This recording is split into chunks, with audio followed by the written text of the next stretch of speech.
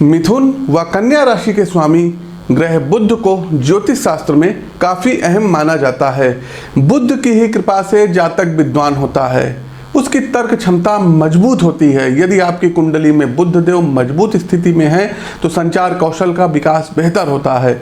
बुध कन्या राशि में उच्च के होते हैं तो वहीं मीन राशि में नीच के माने जाते हैं। सूर्य, शुक्र और राहु के साथ ये मित्रता रखते हैं तो चंद्रमा को ये अपना परम शत्रु मानते हैं। शनि, मंगल, बृहस्पति और केतु के साथ बुध देव का जो संबंध रहता है ये तटस्थ रहता है। पौराणिक ग्रंथों के अनुसार बुध चंद्रमा व बृहस्पति की पत्नी तारा की संतान माने जाते हैं, इसलिए इनमें चंद्रमा व बृहस्पति की विशेषताएं भी पाई जाती हैं। बुध देव बुद्धि के, वाणी के, शिक्षा के, शिक्षण के, गणित के, तर्क के, यांत्रिक के, ज्योतिष के, लेखाकार के, आयुर्वेद के, लेखन के, प्रकाशन के, रंगमंच के एवं जो भी निजी व्यवसाय होता है इनके प्रमुख कारक ग्रह माने जाते हैं। मातृपक्ष की यदि हम बात करें, मातृपक्ष के सगे संबंधियों का प्रतिनिधित्व भी बुध ग्रह करते हैं। साथ ही साथ बुध आपकी मस्तिष्क के, आपकी जिह्वा के, आपके स्नायु तंत्र के, कंठ के, त्वचा के, गर्दन आदि के भी प्रतिनिधित्व करते हैं। बुध के नकारात्मक प्रभावों से स्मरण शक्ति का क्षय होता है। यदि आपकी कुंडली में बुध अच्छी स्थिति में नहीं होंगे तो देखिएगा ये लक्षण आपके अंदर आएंगे। दूसरा, सर में दर्द बहुत ज़्यादा रहेगा। त्वचा आदि के रोग अचानक से उत्पन्न हो जाते हैं। कोई एक ऐसा रोग जिसकी जो है पकड़ मशीनरी तंत्र भी आज की ना कर पाए तो बुध जनित ये रोग होते हैं। बुध को एक पुरुष लेकिन नपुंसक ग्रह माना जाता है। बुध ग्रह उत्तर दिशा व 27 नक्षत्रों में से अश्वलेषा, ज्येष्ठा और रेवती इन 3 नक्षत्रों के स्वामी हैं। ध्यान देने वाली बात यह है कि ये तीनों ही नक्षत्र गंडमूल नक्षत्र की श्रेणी में आते हैं। बुध 25 मई, जी हाँ बहुत बड़ा दिन है 25 मई को पूर्वाह्न में 12:04 पर अपनी राशि, मतलब ये वृषभ राशि में इस समय चल रहे हैं, बदल करके अपनी खुद की राशि मिथुन राशि जेमिनी में ये आ रहे हैं और बुध ग्रह मिथुन राशि में 2 अगस्त 2020 तक की रहेंगे। यहाँ पर राहुदेव पहले से ही मिथुन राशि में गोचर कर रहे हैं। तो मेष से लेकर के मीन राशि के जातकों का क्या कुछ रहेगा हाल, इस विषय पर आज हम करेंगे जो है चर्चा। नमस्कार दर्शकों, मैं पंडित आशीष वत्स ज्योतिष के इस ऐतिहासिक मंच पर आप सभी सम्मानित दर्शकों का बहुत बहुत स्वागत करता हूं। दर्शकों, ये जो राशिफल बताने जा रहे हैं, करोड़ों करोड़ लोगों की राशियां आएंगी। आपके वास्तविक जीवन में क्या चल रहा है इसके लिए आपको अपनी कुंडली का विश्लेषण करवाना पड़ेगा, क्योंकि जिस समय आप पैदा हुए होंगे वो तिथि अलग होगी, जन्म का समय अलग होगा, जन्म का स्थान भी अलग होगा। उसके आधार पर कुंडली बनती है और फिर फलादेश किया जाता है और उपाय बताए जाते हैं। ये जो गोचर है दर्शकों मेष से लेकर के मीन राशि के जातकों के लिए, ये केवल और केवल बुध ग्रह को ही कारक मान करके बनाया गया है। अन्य ग्रहों की भी स्थिति विचारणीय होती है। साथ ही साथ दर्शकों, तमाम दर्शकों के प्रश्न होते हैं, पंडित जी ये मतलब चंद्र राशि पर है या लग्न राशि पर है, तो ये आपकी चंद्र राशि पर आधारित है। तो आप लोग अपनी अपनी चंद्र राशि से ही इसको देखेंगे तो सटीकता बैठेगी।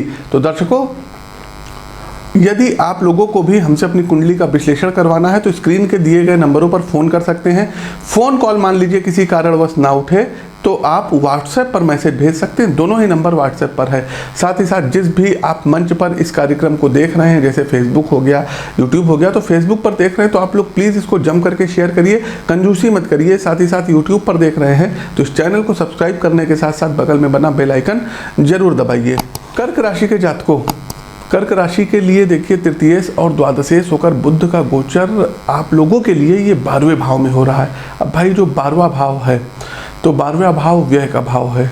साथ ही साथ भाई बहनों का सहयोग भी आपको प्राप्त रहने की यहाँ पर संभावना प्राप्त होगी। कार्य के सिलसिले में आपको तथा आपके भाई बहनों को दूर देश की यात्राएं भी करनी पड़ सकती हैं, किंतु इन यात्राओं के दौरान आपको अपने तथा अपने भाई बहनों के स्वास्थ्य का विशेष रूप से ध्यान देने की सितारे सलाह दे रहे हैं। आप अपने कार्य में जो है कुछ पैसों का निवेश कर सकते हैं जिसका लाभ आपको भविष्य में मिलेगा। लेकिन यदि आपसे कोई उधार मांगेगा तो प्लीज़ आप लोग पैसा मत दीजिएगा। आपके खर्चों में काफ़ी वृद्धि होगी। कोई एक्सपेंसिव सामान आप अपने घर पर क्रय कर सकते हैं।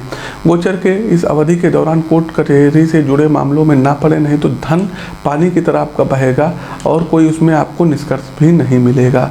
स्वास्थ्य को बेहतर बनाने के लिए इस दौरान आपको तमाम प्रयास करने पड़ेंगे। अच्छा व्यायाम करिए, खान पान अच्छा रखिए। साथ ही साथ आप कई शारीरिक समस्याओं से मतलब एक्सरसाइज करने के दौरान बच सकते हैं। सोच लीजिए सामाजिक स्तर पर आपको संभल करके चलने के सितारे सलाह दे रहे हैं। विवाद की स्थिति कर्क राशि के जातकों कुछ बन सकती है।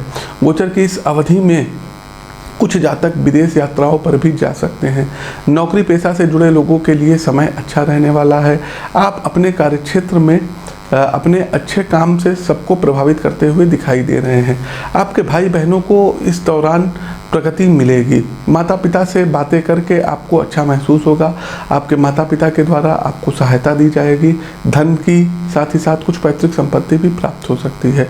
कुछ बीती बातों को याद करके घर का माहौल खुशनुमा आपका हो सकता है। उपाय के तौर पर करना क्या रहेगा, तो देखिए विष्णु मंदिर में आपको गाय का घी इसका दान देना रहेगा। साथ ही साथ बुधवार वाले दिन विष्णु सहस्त्रनाम का आपको पाठ करने की यहाँ पर सितारे सलाह दे रहे हैं। तो दर्शकों, कैसा लगा हमारा ये प्रोग्राम, कमेंट के माध्यम से हमें अवगत कराएं। आप यदि अपनी कुंडली का विश्लेषण करवाना चाहते हैं तो स्क्रीन के दिए गए नंबरों पर फ़ोन कर सकते हैं या दोनों नंबर पर व्हाट्सएप की सुविधा है। आप लोग जो है व्हाट्सएप के माध्यम से पूछ सकते हैं। साथ ही साथ किसी भी प्रकार के रत्नों को यदि आपको, जैसे पन्ना हमने कई लोगों को सजेस्ट किया है, यदि आपको क्रय करना है तो आप हमारे संस्थान से क्रय कर सकते हैं। व्हाट्सएप पर आप लोग जो है प्राइस इत्यादि पूछ सकते हैं। दर्शकों, दीजिए इजाज़त, मिलते हैं किसी ज्ञानवर्धक वीडियो के साथ। तब तक के लिए मैं पंडित आशीष वत्स आप सभी दर्शकों से हाथ जोड़ करके विदा लेते हैं। नमस्कार।